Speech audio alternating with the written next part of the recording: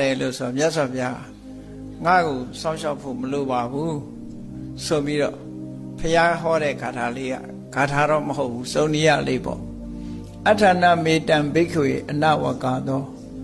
ယံပရုပက္ကမေနတထဂတံဇီဝိတံဟောရောပိယ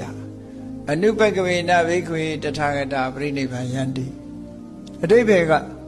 သူတစ်ပါးတွေလုံးလပယောဂနဲ့မြတ်စွာဘုရားကို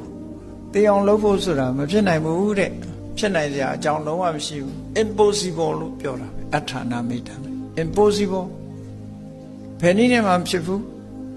ဖျားဆိုတာဟာသူတစ်ပါးရဲ့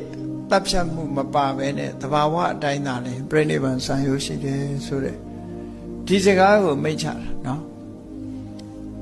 အဲ့ဒီအထာဏမေတ္တံဘိက္ခဝေအနဝကာသောအထာဏဆိုတာဖြစ်နိုင်စရာအကြောင်းမဟုတ်ဘူးအနဝကာသောဖြစ်နိုင်တဲ့အခွင့်အရေးမရှိဘူး